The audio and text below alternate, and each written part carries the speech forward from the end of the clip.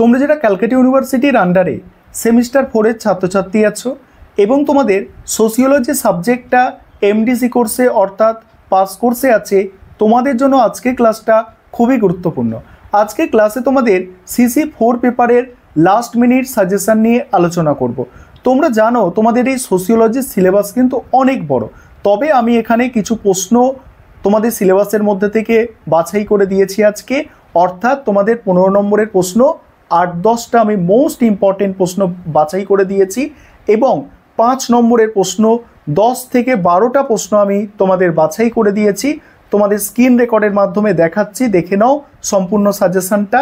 আর তোমরা যারা ইংলিশ ভার্সনের স্টুডেন্ট আছো তোমরাও আজকে ক্লাসটা দেখো, কারণ প্রতিটা প্রশ্ন বাংলায় লেখা থাকবে এবং তার নিচে ইংরাজি।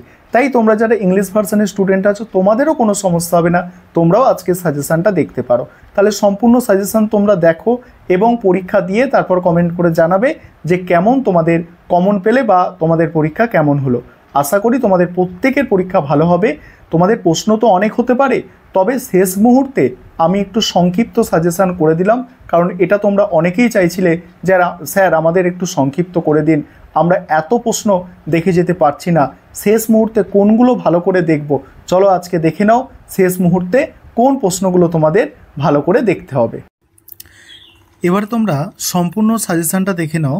তোমাদের CC4 যে পেপারটা আছে, CC4 পেপারের নাম তোমরা দেখতে পাচ্ছ এখানে।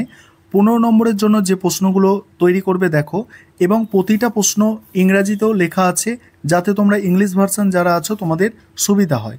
প্রথম প্রশ্ন হচ্ছে তত্ত্ব কি, তত্ত্ব ও গবেষণার মধ্যে সম্পর্ক নির্দেশ করো। দ্বিতীয় প্রশ্ন হচ্ছে সামাজিক গবেষণায় বস্তুনিষ্ঠতার ভূমিকা আলোচনা করো। কি বললাম? সামাজিক গবেষণায় বস্তুনিষ্ঠতার ভূমিকা আলোচনা করো। 3 নম্বর প্রশ্ন অনুসন্ধানমূলক গবেষণা বলতে কি বোঝো, এর বৈশিষ্ট্য আলোচনা করো। একটা বিষয় এখানে বলে নিই, এটা কিন্তু একদম লাস্ট মিনিট সাজেশন, ঠিক আছে? তাই তোমরা যারা একদম শেষ মুহূর্তে বাছাই করা প্রশ্ন দেখতে চাইছো তোমাদের জন্য এই সাজেশন। এছাড়া আমি যে আগে সাজেশন দিয়েছিলাম ফুল সাজেশন, সেটা তোমরা ফলো করতে পারো এবং তার মধ্যে থেকে যেগুলো মোস্ট ইম্পর্টেন্ট সেগুলো আজকে বাছাই করে তোমাদের দেয়া হলো। পরের প্রশ্ন আছে ধারণার স্পষ্টীকরণ কি, উদাহরণসহ ধারণার কার্যকীকরণ প্রক্রিয়ার বিভিন্ন দিক আলোচনা করো। পরের প্রশ্ন গবেষণা নকশা কি, গবেষণা নকশার বিভিন্ন প্রকারগুলি আলোচনা করো। পরের প্রশ্ন হচ্ছে ক্ষেত্র গবেষণা বলতে কি বোঝো, ক্ষেত্র গবেষণার কৌশলগুলি আলোচনা করো।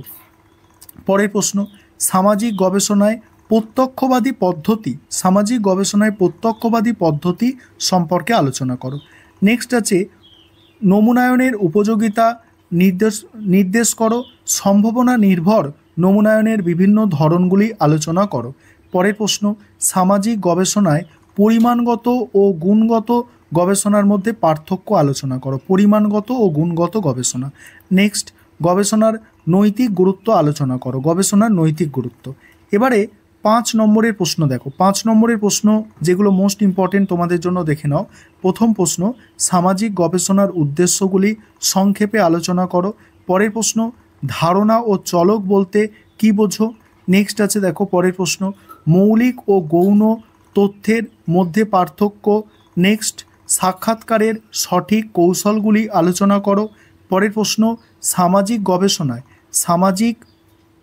গবেষণায় ব্যাখ্যামূলক পদ্ধতি বলতে কি বোঝো। নেক্সট গুণবাচক গবেষণার গুরুত্ব কী। নেক্সট সামাজিক গবেষণায় নমুনা চয়ন কেন করা হয়। পরের প্রশ্ন হচ্ছে জরিপ পদ্ধতি ও পর্যবেক্ষণ পদ্ধতির মধ্যে পার্থক্য। তারপরে আছে সাক্ষাৎকার ও প্রশ্নাবলী পদ্ধতির মধ্যে তুলনা। পরের প্রশ্ন গবেষণার গোপনীয়তার নীতি সম্পর্কে সংক্ষেপে লেখো। তারপরে গবেষণার সামাজিক দায়িত্বের ভূমিকা কী।